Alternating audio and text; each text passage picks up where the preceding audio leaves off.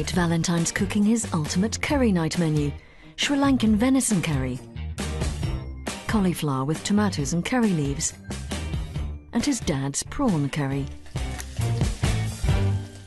This is curry night. I'm going to make some fabulous curries because I love curry and I need to eat them at least once a week. I'm going to start with the venison curry first. So what I want to do is grate up a considerable amount of ginger. Ginger, one of those things that's just nothing but incredibly good for you. You could chop it, but I don't want any kind of texture from the ginger. I want it to be very unbitey, so a good bit of grating. OK, so in it goes. The story behind this dish is that I was in Sri Lanka 18 years ago or something, and I was tired and driving through northern Sri Lanka in the middle of the jungle, and I found a kind of lean-to tarpaulin kind of affair going on, and there was a rather kind of skinny man and his wife behind it cooking up something delicious, and it's just the kind of place that I like to stop and eat. So I did stop, and I said, "What is the curry you've got?" And he said, and there's a lot of kind of this going on, and I finally worked out that it was a little forest deer curry. So, of course, that's going to get me sitting down straight away, so I said I'd like one. So this amazing curry arrived, incredibly hot, bright red, some wonderful meat in it. And about halfway through it, the police turned up, and the policeman came up to me and he said, "What are you eating? What's in your curry?" in very kind of broken English, and we kind of worked out what he was trying to... And some kind of alarm went off in my head. So I just said to him, "It's a curry of the forest." And they took my curry away. And it transpired that they were kind of travelling cooks who'd shot a particularly endangered, very rare deer, a little kind of pygmy deer. It lives in the Sri Lankan forests. And I just enjoyed a plate of it. But it was very delicious, but I shouldn't and I won't ever eat that curry again. But it did send me home with thoughts of venison curry and the wonderful venison we have in this country too. And I can make my own venison curry. So in here, I've got 3 cloves of garlic. I've got some cumin seeds. So in they go, about a teaspoon's worth. I've got 1 small star anise. In that goes. I've got some fennel seeds. In they go. I've got some garam masala. Some cloves. Probably, 3 or 4. And I've got some hot chili powder here. We'll just take it easy. We can always add more. And I've got some cayenne pepper, in that goes too.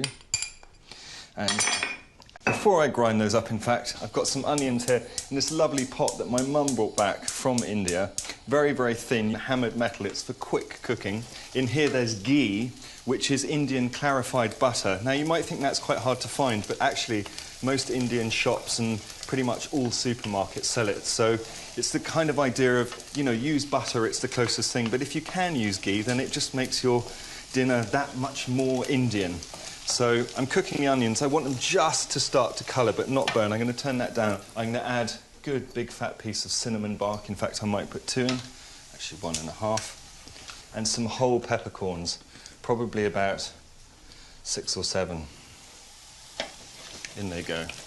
I love India. It's a very, you can't go there and not see lots of extraordinary things. The food is incredible. The countryside's incredible. Amazing animals and temples. And quite often it's actually the fishing that determines where I go on holiday. And only 3 years ago we had an amazing trip up into the northeast Himalayan jungle. It was like a kind of Victorian expedition. We carried our boats, we had boxes of live chickens, furniture, water, and we took this long walk over a couple of days through the jungle, and we ate some amazing food cooked by the locals, taking chicken guts and cleaning them out in the river and then wrapping them up in palm leaves with ginger and chilies and popping them in bamboo poles and putting the poles on the fire, and then when the bamboo split, you'd crack it open and unfurl the palm leaves, and you'd have these steaming chicken guts. It was an amazing adventure, and the fishing was fantastic. OK, so that's about as finely pasted as I can make it. I want quite a lot of salt in here, so probably about a teaspoon of salt. Rub that in as well. The smell, bang, it's absolutely amazing, and you know something good is going to come out of this. I want to add probably a couple of tablespoons of tomato puree, So in that goes. And really stir that in. I'm getting very excited. Okay, so I'm going to finish my onions. In fact, they are finished. They're kind of just beginning to get a bit kind of dark golden, which is exactly what I want. And it's important to cook out the spices a bit. Just let them come into their own, take on a kind of slightly kind of toasted, almost kind of beginning to burn kind of flavour. So after all that work, I want to make sure that I get absolutely every single little bit of curry paste. So in goes the curry paste. I want to take care of this. And now it's heated, the whole of its nature has changed again. There's a bit of smoke coming off, so that's pretty much what I want. Okay, now for the venison. My favourite to cook with is roe deer. It's got rather a delicate taste, not as strong as red deer, and it's very versatile and very, very delicious. So this is a nice piece of roe deer fillet. In fact, the other day, well, a few months ago, I always say the other day like my dad, a few months ago, we were filming, and we pulled into our hotel at the end of the day, and there was a rather traumatised man standing at reception saying, "Call the RSPCA, call the RSPCA." So the director went up to him and said, "Dear fellow, what's happened to you? You look very traumatised." And he said, "I've killed an animal with my car." And the director said, "Look, it's a terrible thing to kill a dog or run over a cat, but it does happen, and it probably wasn't your fault." And he said, "No, it's a deer, and it's in my car." So we went out, and his car, rather racy number with a kind of a double radiator, had hit a muntjac on the road and literally swallowed the deer like a fish. And all its legs were sticking out of the front of the car. And we said, "I think it's a bit too late for the RSPCA." And he said, "Will you take it out of the car for me? I don't want to touch it." So I leant down and I pulled it out.